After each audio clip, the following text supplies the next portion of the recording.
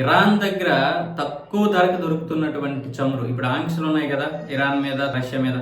ఈ ఆంక్షల నేపథ్యంలో తక్కువ ధరకు దొరుకుతున్నటువంటి చమురును కొనుక్కొని వాటిని అంతర్జాతీయ మార్కెట్లో, బ్లాక్ మార్కెట్లో అమ్మడానికి కొన్ని ప్రయత్నాలు చేస్తున్నాయి. అందులో భాగంగా ఇప్పుడు మన దేశానికి చెందినటువంటి సముద్ర మార్గంలో కూడా ఇరాన్కి చెందినటువంటి ఒక 3 నౌకలు ఈ యొక్క వ్యాపారం చేస్తున్నాయి.